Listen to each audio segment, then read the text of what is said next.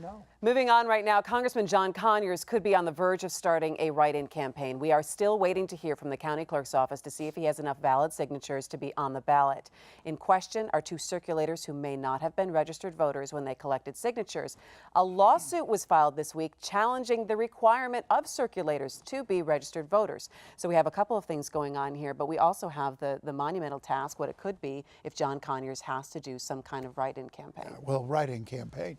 I mean, ever since Mike Duggan run the write-in campaign, everybody thinks, oh, well, that's a snap. Mike Duggan won it with extraordinary organization, a lot of money, and just a lot of 24/7 hard work.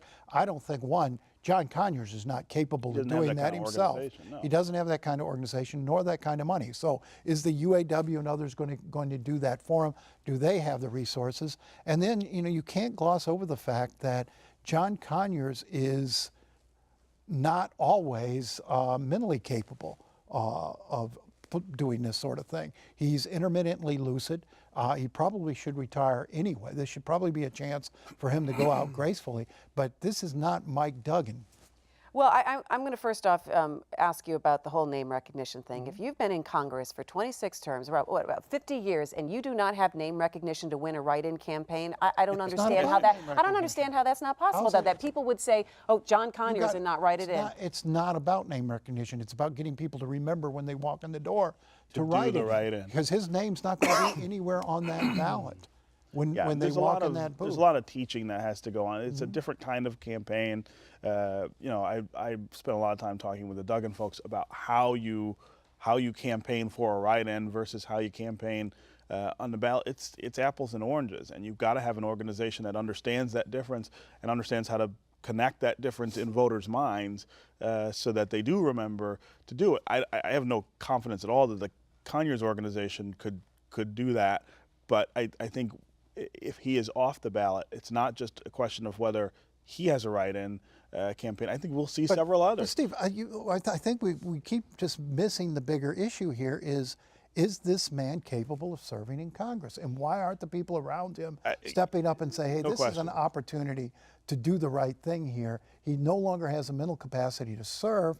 Let's at least let him retire. I got to ask you, Nolan, who is saying that he no longer has the mental capacity to serve? I think anyone who everybody talks around with him him sees there's an age issue there. I think you have to balance that though against the respect he's due, given who he is, given the record that he has. I mean, this is the dean of the Black Caucus in Washington. I'm not sure how you broach. I mean, you got to be careful about how you broach that. But there are people close to him who could do it, who are not, and I think shame on them.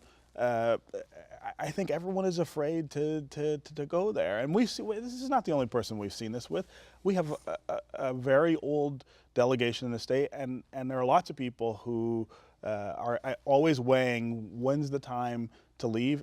It becomes very difficult for other people to say. I think it's a very delicate question, and it's a very delicate issue to tackle. But let me ask you this: does he have the people around him? You say the direct people around him to maybe not launch the kind of campaign that would get him a successful write-in attempt. But are there people in Washington? Are there people going to turn out in terms of sending money this way to kind of build that kind of ground campaign where he could win? That's a good question, and I don't think that you're going to see that sort of outside support come in. One, because there's no danger of Democrats losing that seat.